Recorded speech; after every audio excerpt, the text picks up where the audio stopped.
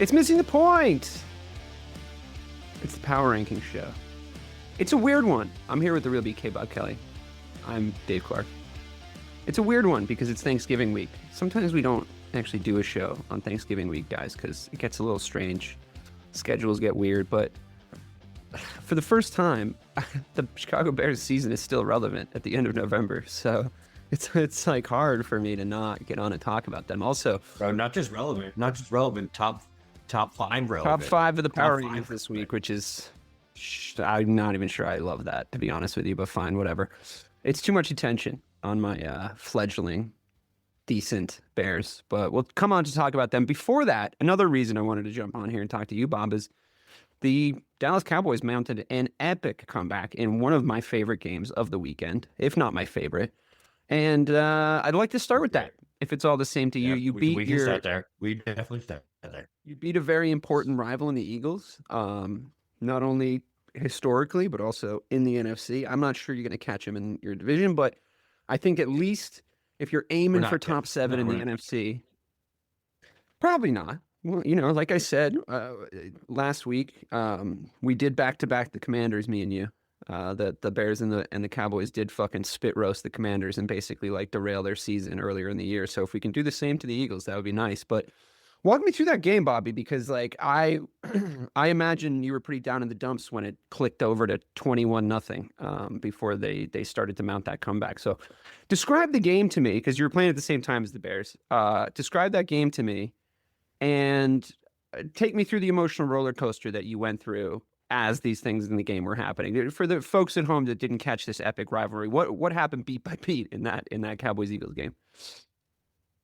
So started off pretty standard for what I figured was going to be this Cowboys-Eagles game. Pretty standard for what the Cowboys have done in big games so far this season against good teams, where they absolutely lay an egg, come out, shoot themselves in the foot early, couple turnovers, couple bad coaching decisions, couple drops by CD Lamb, which is becoming a problem. Yeah, it sure is. A fumble, an end zone interception. You know what I mean? It was just like the pretty standard. So should the Eagles have been up more by the time you guys put points on the board? Yeah, 21-0 was a small deficit for sure. I was watching that game and I thought it was over early. I kind of stopped. I didn't stop paying attention to it, but like it lost my full driven focus in that first half. Like I was like, oh, what's on red zone? Fucking Cowboys are fucking up again. Fuck this shit. I understand. And then all of a sudden, bro, the first touchdown happened and it was like, okay. And then you just saw the Dak come out. Bro, this was Dak, in my opinion. I think Dak was amazing in that fucking set. I have to. Him and Pickens have such a connection this year. Pickens is the electric. number one, bro. He's unbelievable. Electric. He won us that game. You know what it reminded me of? I don't know if you remember back in 20. I mean, of course you do. This was so epic. I think it was 21 with Amari Cooper when he single-handedly won us that game against the fucking Eagles. Yeah, those sidelines. And that ended up winning that division, and it was it was fucking sick. That's what that game reminded me of, where it was just like, but also, I mean, was coming to town and was just like, I'm fucking taking this shit over, bro. Eagles, there was a couple catches. There was a couple catches by Pickens. Like there was that one. It's unbelievable. It looked like he got on a ladder and climbed up to the sky. I don't know how he made that play. Like he was just like absolutely laying out. The best one I see him make it all year, but didn't even count. It was like out of bounds, and he was followed out of bounds. He only got 1 foot in, but he literally Odell Beckham did. But like his hand wasn't even open. He like slowly palmed Odell Beckham the ball. I was like, holy fucking shit! How does that even happen? Eagles also, man, I don't know if it was our defense. I gotta say, I am a little impressed with what the defense looks like with Quinnen in there. It's definitely a completely different. You guys are on a first name basis already. Wow, like yeah, me 3 dates and you took the condom off, Bob. Back, man. Yeah, me and Q will go back. Listen, so far since we traded him, PFF ranked him as the number 1 defensive tackle every single week he's played for the Cowboys, and it hasn't really even been close. Him and Kenny Clarke have been really good up the middle. It's definitely a different change of pace. I mean, we shut down Saquon the week before. Who the fuck did we play the week before? You played the Raiders, I think. The Raiders, yeah. We shut down Genty with 9 yards, and then the next week we shut down Saquon. So, I mean, we shut down two solid running backs. Granted, both offenses are playing like shit right now, but two solid running backs back-to-back weeks. In a season's past, we were the team that running backs broke out against after having a shitty season. You know what I mean? So it's definitely looking Good better feeling. on the defensive side of the ball in the past couple weeks, man. Yeah, no, it was a great ending. Dak, that last drive, that touchdown he scored where he dove for the fucking end zone was epic and pure. It looked like a stereotype, not classic Dak game-winning touchdown. It was like you knew he was running that fucking ball. Like an You're like, he's identity, fucking an getting in identity that shit, score. bro. Yeah. Yeah, he's getting in that. When he uses his legs, he's a different quarterback. I love when Dak decides to use his leg. He can actually run the ball when he decides to, and that's when he's at his most effective. I really enjoyed everything out of Dak in that game. It was great, man. It was Yeah. amazing. I mean, yeah, I The really ending was good. So actually, I do want to talk about that ending real quick. We tried to give that game away to them, and the Eagles handed it back to us. We really did, man. So CD drops that pass on yeah, third down. I really thought when that drop happened, you and I were texting by this point, and I was like, Yeah. "Oh my God, what the hell happened?" And then I realized I was a little bit ahead of you because you were like, "What the hell, CD?" And then was it 2 downs later or 1 down later they scored? No, we went for it Oh, on that's right. fourth down. We went for it on I'm fourth thinking of down. the and other drop. we went for it on fourth down and fucking gave the ball back to Philly with under 3 minutes left. Tied. We went for it on fourth down instead of kicking a go-ahead field goal, which I will never, ever understand. I don't care what statistics you can break out. I don't fucking care what the percentages say, man. Not a fucking chance. You always take the lead in that situation. And we went for it, gave the ball back to the Eagles. Luckily, the defense actually made a fucking stop in a big time situation, which was huge. And we got the ball back, and Aubrey's just a golden leg, man. That thing will never miss, especially in game-winning situations. 42 yards, the chip shot for him. I would have been worried if it was my guy. But I mean, you got down the field, you know. So you put him in a decent situation. It was like, there was one point where I think you were like 60 away, and it was like, no, you got to get a little bit closer. I know he's got a big leg, but it's like don't put him in that situation. Like you have a little time, like get closer. Dude, they love Dak doing had to that, make the though. plays to do that, which I think, credit to him. Like they were like, we got to throw it. They couldn't just kill the clock still at that point, so they had to actually put it in the air. And I think it benefited them to show some winning spirit. I think that they've actually been able to look like a team that could achieve a comeback like that. And I think it's going to be really good for you moving forward because I don't think that it was lost on them. And what I was saying to you last week, like this is the path to the playoffs for them. It goes through beating a bunch of teams. Like you got to beat a bunch of teams in prime time, essentially. So it's going to be pretty electric if you pull it off. If you march. So to kind of go back, not let me cut you off. No. But to go back on like and how starting out exactly how the season was. First 2 quarters, Eagles had 157 passing yards and 3 touchdowns in 4 possessions. The following 8 possessions, they only had 7 first downs and only ran 3 plays in Dallas. What happened? What happened? Why is their offense just short circuiting at random points? I mean, I feel like it's kind of been like that, like all season. It's sometimes been enough to win still because their defense is pretty legit. Like obviously, that's not saying anything groundbreaking, but by the time the offense short circuits, the Cowboys are able to just sort of march back down and score. It's not like you had some electric plays, but it's not as if you like ran the score up, It's like you just sort of slowly plotted back. Like the fact that they let you score that touchdown before halftime, I think was like a little bit of like, okay, we can take that into the locker room. We can go like, it's only 2 scores. We can pull this back.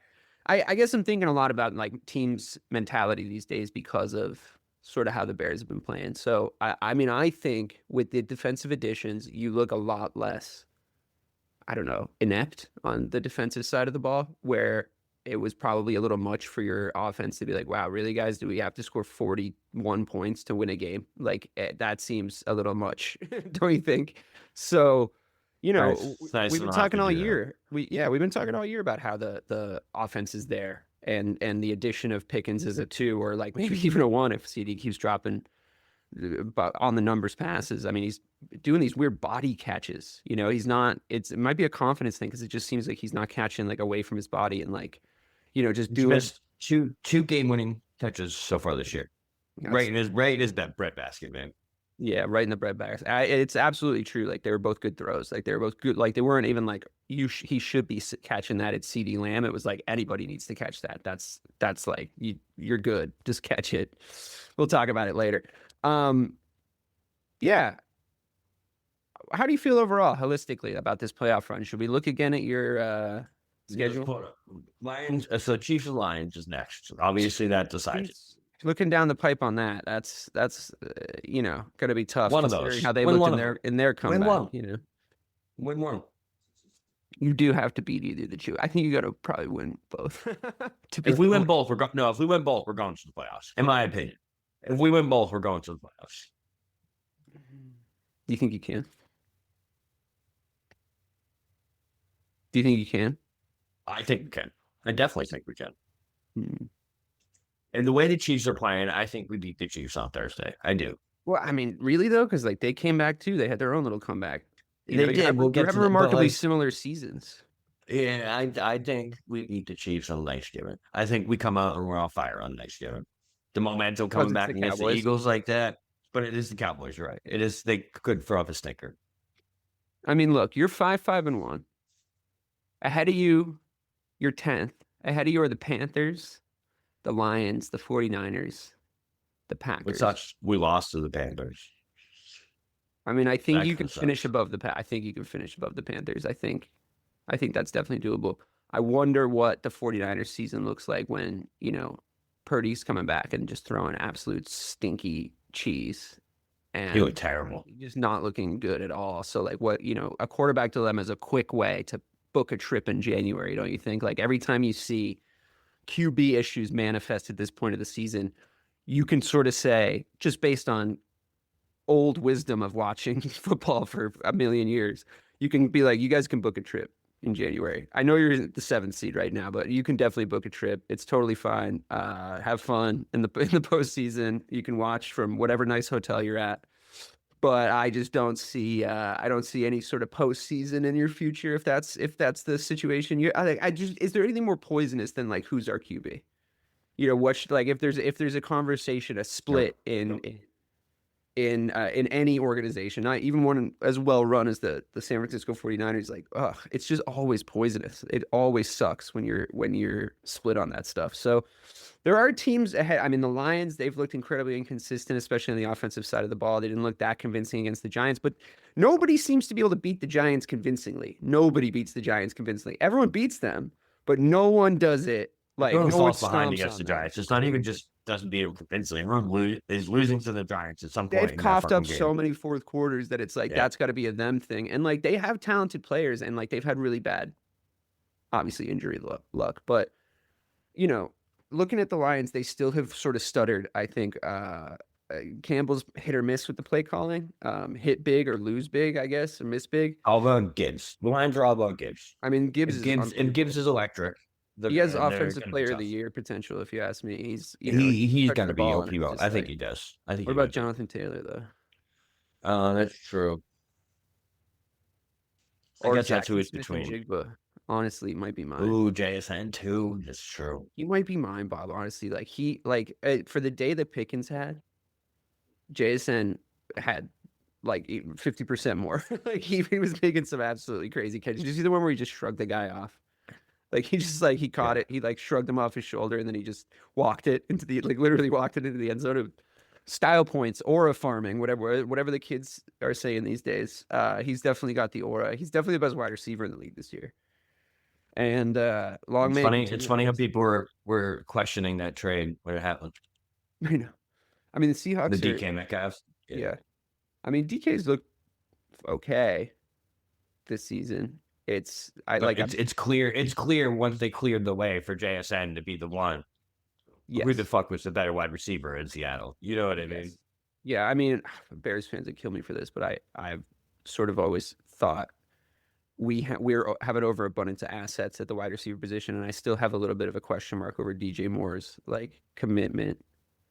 He does bail out of routes and like, different things. I mean, I think he's really talented. It's a nice like luxury player to have on your team, but I just wonder what Rome Odunze would look like as the clear number one. I mean, he's the number one in targets already. He has been all year, but like I feel like, what is that? What does that look like when you sort of anoint somebody like they did exactly like they did in Seattle? But yeah, I mean, there's teams ahead of you that you can catch. I'm well documented my opinion on the Green Bay Packers. I'm pretty well documented on I mean, the Tampa Bay Buccaneers. The wheels have completely come off their season. They went through their tough period at the worst possible time, and now it looks like Baker's shoulder's fucked. I'm pretty sure he like threw it out of its socket, or so he did something, but that's the same shoulder that was already hurt. Yeah. I mean, I feel like the wheels have fully come off their season. They're probably still. Are they going to win their division? What does their division look like? No, Carolina's tied with them. Carolina tied. Oh my god, that's such a tough situation. They were running away with the NFC South. The fact Everyone that the got hurt, Falcons though. could still potentially win that division is crazy. Yeah, everybody got hurt. I do understand that, but the wheels have come up their season. To my point, you could still catch them. You could 100% still catch them. I'm sort of trying to win the NFC North personally at this point. That's kind of what I'm going for. I don't know how possible that is because, like, obviously Detroit and Green Bay are right on our ass, but it wouldn't be that surprising to see somebody from it's going to be somebody from the North or somebody from the West to get that last wild card spot. Dallas really has to go on a run. I mean, I know you say if you win the next 2 games, you're making the playoffs, but like you have, let me look at it in the conference view here. We'd be 7-5 and what if we win the next 2. Yeah. I mean, the teams below you can like sort of drop off. I don't think they're catching you. I do think that you can probably beat the Panthers, or maybe the Panthers win that division because the Bucks whole season collapses and they're just out of wild card contention. And then it's good, but it's just going to be hard. Look at it like the Packers and the Lions. Like, say the Bears do win the NFC North, like both the Packers and the Lions are going to get in still, right? So it's like it's just tough. It's a dogfight at the bottom of the playoff seedings right now. So I would just, if I were the Dallas Cowboys, I would just try to win every single game of football that you possibly can, because I feel like It's a pretty good strategy. It's a pretty good strategy. I mean, think about who you're competing with. Like, if you're fighting it out for 7th with the way the picture looks right now with the Packers, the Lions, and the 49ers, if you're fighting it out for 7th, then you could need 11 wins. Like, it's not a completely like out of nowhere situation unless you think you can catch the Eagles, unless you think the Eagles just completely shit the bed and you can somehow catch them. But even then, that would mean even if they lost out or only won 1 game, you at least need 10. So I think it's a harder fight than you think. I'm not saying it's not possible, and I know that I like wrote out their path to the playoffs because there are teams above them that are like falling off. I can't get behind it if they win the next 2 games they're in. I have to probably put it like they have to win their next 2 games or they're out. I would probably think is more a more realistic statement, just from my perspective. But I'm not a homer, so I'm just trying to be as honest with you as I can because that's what friends do. Because I got you hyped up about it last week, and now I'm starting to feel bad. Because if they don't make it, and then we beat the Eagles, bro. Yeah, we beat the Eagles. I know. I kind of had a feeling. I liked it. Well, you beat the Chiefs and the Lions. You deserve it. I'll tell you that much. Okay, let's talk about. You want to talk about the Bears real quick? Do you mind? We talk about the Bears. Number 4 on the power rankings, everyone. Can't believe that. I think that we obviously are like the weird cousin of 8-win teams. Like, I think that we have some pretty glaring flaws that we still need to work out. But I will say, like, beating the Pittsburgh Steelers, despite it being Mason Rudolph, we've had really good quarterback luck this year. We couldn't even beat the Ravens with their backup QB in there. So I'm not getting too excited still, But it's really nice to be playing with house money because all we need, I said I'd be happy with 9 wins, but it was, probably going to be closer to 8. I think we're playing with house money at this point. I only need a couple more wins from the rest of the season for me to be happy overall with the season. It would suck to like lose out. Obviously, I would like to win some games. I would like to continue to win some games, but I think it's always an achievement when you beat the Steelers, Rodgers list or not. I think when you're seeing things happen like TJ Watt gets around the corner for like to set the Watt family sack record, throws Caleb Williams through the air like a fucking Macho Man Randy Savage move, and the ball just like flies out of his hands and the Steelers fall. And I was like, oh, the Steelers are playing the hits. I was like, there's no chance that we're going to win this game. They're playing all the fucking Steelers hits. But I have to say, I'm as you know, I'm not trying to get too over the top, too emotional, too excited about this, but the shrug off by the team and by Caleb in particular after that happened, I was really impressed with. They were like, fuck it, like, let's go again. And they stayed in the game. He threw a lot of big boy touchdown passes. Yet another game where he didn't throw a pick. And were there still a couple missed moments? Yes. Were there still a couple of off-target throws? Yes. I think he can dial those things in. There weren't as many drops as over the last few weeks, which was nice. And I have to say, like, when he chooses to use his legs, he's pretty lethal. From Leah's perspective, and I don't think she was just being nice about this. Obviously, we were trying to keep it as amicable as possible, but that went sometimes better than others. But from her perspective, she was like, I've gotten to the point where I'm scared of him. Like, I don't know what he's going to do. And I feel like I'm starting to feel like it's less likely that we pick the ball off. And she was like, he also gets way better in the fourth quarter and the game is close. And I was like, yep.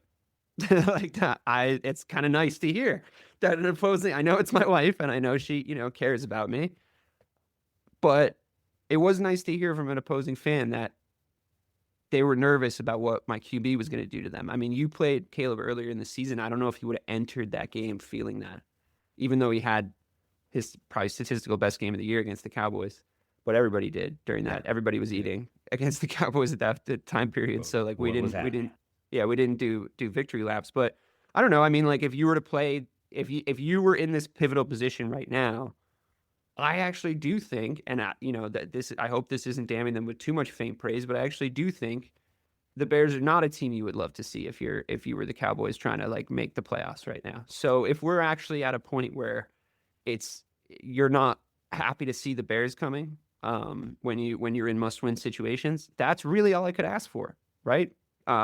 Unless I'm wrong, unless you were like, no, I'd love to play the fucking Bears. Like, fuck those guys. Bro, you put them at 4. So. They're at 4, bro. They're ahead of some good teams that have been at the top of this list and that we thought were going to be at the top of this list for most of the season. So yeah, no, they're a scary team right now. So anytime you win 8 of 9 in the NFL, you're a scary team to play. It's just a fact.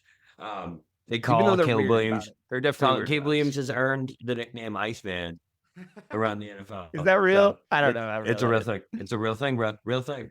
Look it up. Do it. No, I've seen it everywhere. I just feel like feel like they're making fun of us.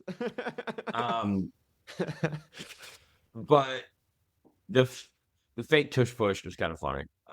Oh my god! Can't believe you guys fell for also, that. Yeah. they fake tush pushed it. We fell for it, and the broadcast like didn't cut back in time.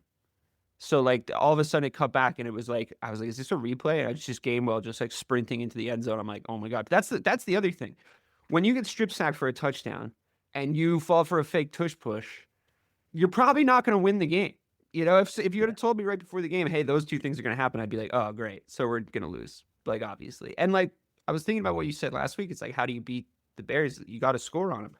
The Steelers are on some sort of insane streak. Like they have like 65 games in a row where they haven't scored more than 7 points in the first quarter. It's like an insane streak. It's like 65. I'm not even being, I don't know the exact number, but it's like really high. It's up there. They mentioned it during the broadcast. And I'm like, okay, well, we need to run the score up in the first quarter so that this isn't insanely stressful for the entire game. And we have no linebackers. So all they really have to do is run the ball and we're going to get murked. Like we were down 3 linebackers going into the game and 2 more got hurt during the game. So, watching CJ Gardner Johnson and Jaquan Brisker filling at linebacker, I'm like, oh my fucking God. Like this is a lot. But I enjoyed it overall. It was still really stressful, as always. I'm glad that people maybe don't love the idea of the Bears coming to town. I didn't love the injury report and looking to play the Eagles. I know it's the right time to play them, but I don't know of a lot of pundits that are picking us against the Eagles. I know who you'll be cheering for, Bob, but after just playing the Eagles, any tips, any insights into what I should be looking out for as far as ways to beat the Eagles, and if they're happening, I'm in good spirits. Yeah, when their offense just completely shits the bed, bro. That's what you got to. If the run game's not there, you're gonna beat the Eagles because the pass game is nothing to be scared of anymore. You know what I mean? Like We give up Jalen explosive plays to Hurts, everybody. Jalen Hurts and AJ Brown's run is completely over. They don't have their chemistry that they had 2 years ago. Declarative.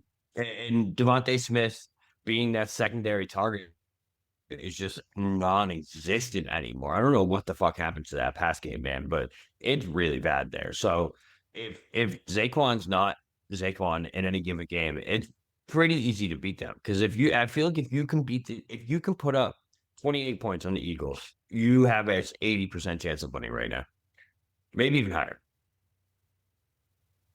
Okay, that makes me feel better. Let's take a look around the league at some of the other games that are coming up on Thanksgiving and preview them. Okay. Just to look Should at we, it should we as just run down context. you want me to run down the power rankings real quick, just so we Yeah, have yeah. Tell everybody, all the kids at home, what your rankings are. All right, so we got the Seahawks at 10.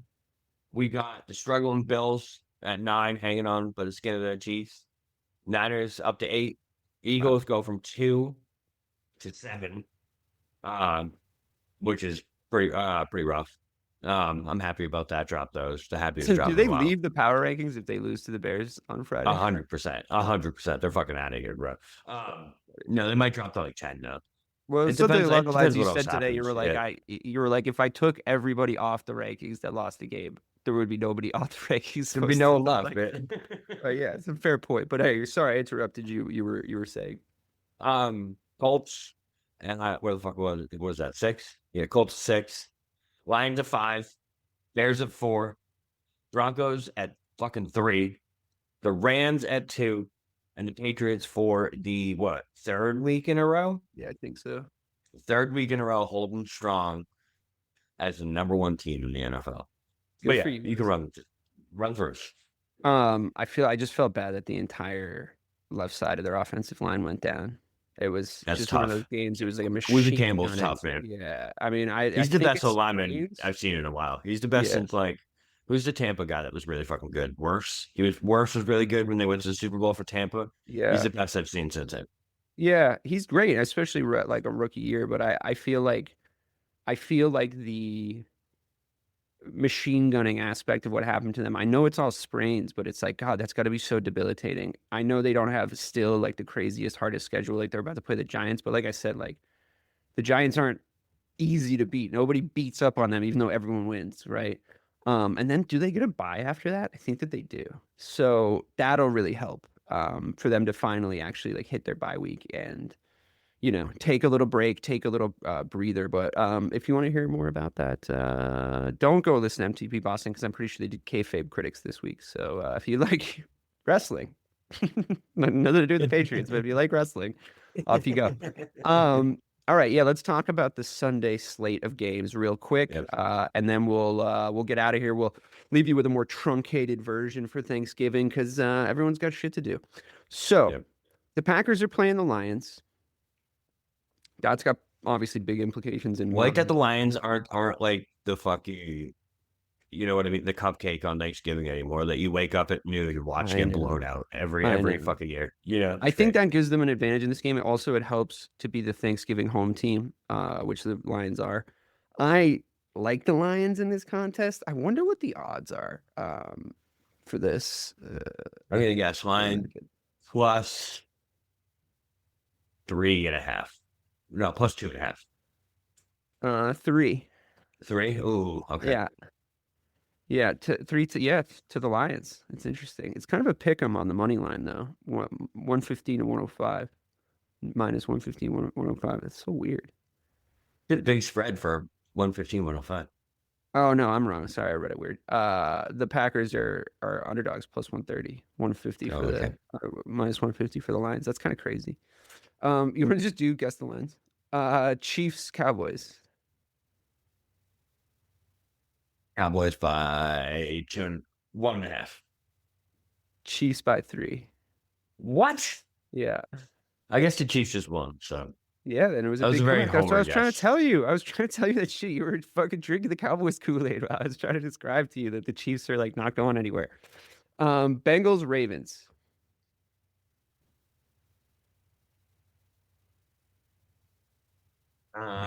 Ravens by Burrow's back, so Ravens by 4. Ravens by 7. 7. Wow. Wow. Oh, okay. Oh God, this is brutal. Bears, Eagles. Oh, so brutal. That's Eagles by 6. 7. 7. You know what? That's brutal. That's Bet that. brutal. Take the Yeah. fucking Bears. Take the Bears to beat the spread there. San Francisco, Cleveland. Oh, that's interesting. San Francisco, Cleveland. What do you got?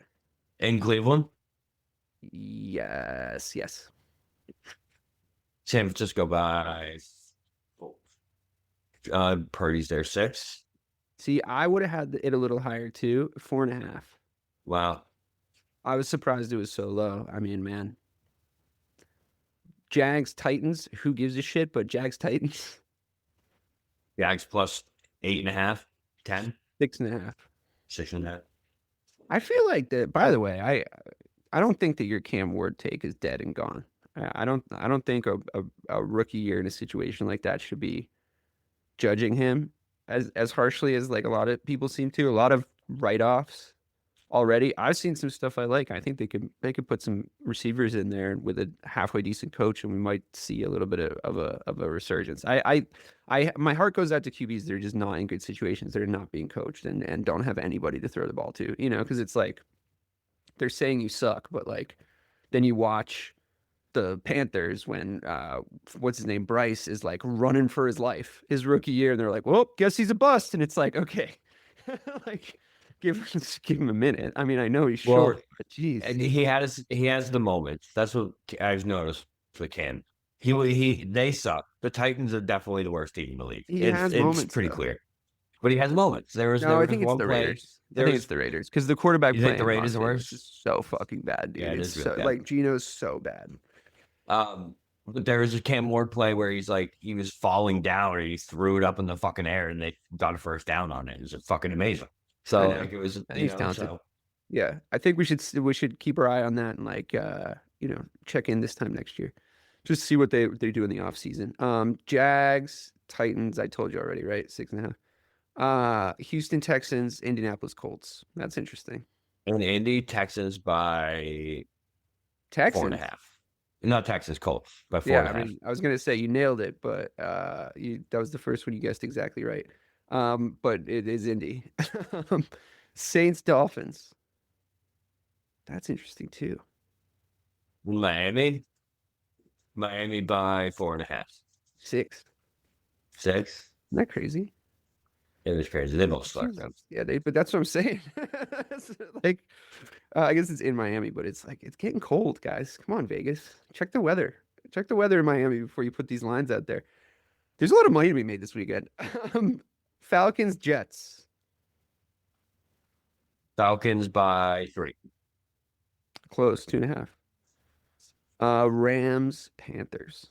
Jeez. Rams by 10. And a half. 9. 10.5.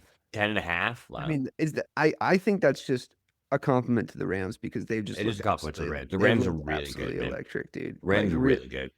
Stafford's probably the MVP. I bet his odds are. They didn't just beat the Bucks; they fucking annihilated the Bucks. Man. Yeah, it was. They it came was out and just surgical. put a whooping on the. Yeah, fucking it was Bucks. absolutely surgical. Like they just ran that offense so well. It was really, really cool to watch. Actually, I think Stafford with that particular blend of weapons, like Devontae in the red zone, it's just like, oh my god. All right, If I had to Um, pick one team to win the Super Bowl and like put a bunch of money on it, I might be the Rams right now. yeah, I think that would I be might have amazing. the most confidence in the Rams. I also think McVay should be on the phone with Aaron Donald, being like, "Come on, you have like Have him come back for you have, for a stretch run. you have 6 games like left in you, surely. Like you have 5 or 6 games left in you. We'll give you 3.5. Right now, we'll give you 3.5, 4 weeks to get ready for the playoffs, and like come win one more Super Bowl. Like why not?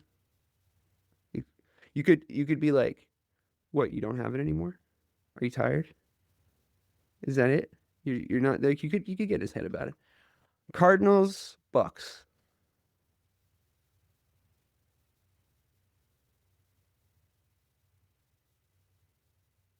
Bucks by 3.5. Just 4.5. 2.5. 2.5. I mean, man, yeah, no Baker. In Vegas, no Likey. Who's Viking. the QB in Tampa now? Who's in the backup? I don't even remember. He would have come in. I can't remember because that game was so ridiculously over. Somebody that you would know. Who was it? Of course, you Google that and you get Baker Mayfield. It's Teddy Bridgewater. Okay. Not great. Not ideal. At least it's someone we know. Yeah. Okay. Minnesota Vikings, Seattle Seahawks.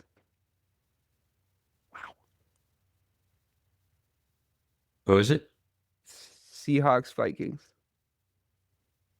Seahawks by what? Fucking JJ McCarthy blows. So Seahawks by 10. It's 10.5. Yeah, 10.5. Yeah. So bad.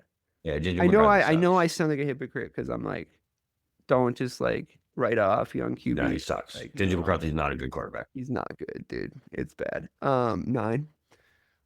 He's got like 3 alter egos on the internet. Las Vegas Raiders, Los Angeles Chargers. Sad Monday night. That's so sad. No.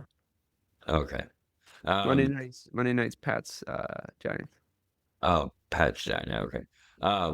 What is it? LA versus LA? Or LA versus Vegas, LV? Raiders, Chargers, yeah. Yeah. Chargers by 4.5. 8.5. I can't stress enough how terrible the Raiders are. I've been trying to tell you this for the whole show. They're fucking wild. awful. I don't know. Maybe you haven't seen them as much as I have. They're just like in front of my eyeballs a lot. I'm like, wow, this is a bad football team. Bills. Plus, you've always liked Gino, so maybe you just like haven't come to accept it yet. Bills Steelers. That's interesting. Bills in Buffalo. Bills 5.5, 4.5. And no, it's in Pittsburgh. Oh, in Pittsburgh. Okay, Bills 3. 3.5. That's, I guess, makes sense. Broncos Commanders in Washington. Broncos by 7. 6. Close. 6. And lastly, but certainly not leastly, Giants Patriots In Foxborough. So in Foxborough, which Pats actually should by probably 12. give 12. 7.5.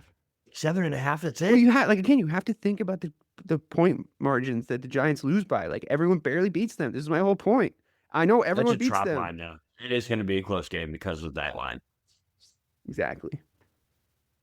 It's like when the Cowboys went to the Foxborough that year I went to the game. What was that, like 3-4 years ago now? And Cowboys are clearly a better team going in. When the line was like 4. When you see something like that, Vegas knows something's fucking going on with one of those two teams. You know what I mean? They fucking know what's up, man. Yeah.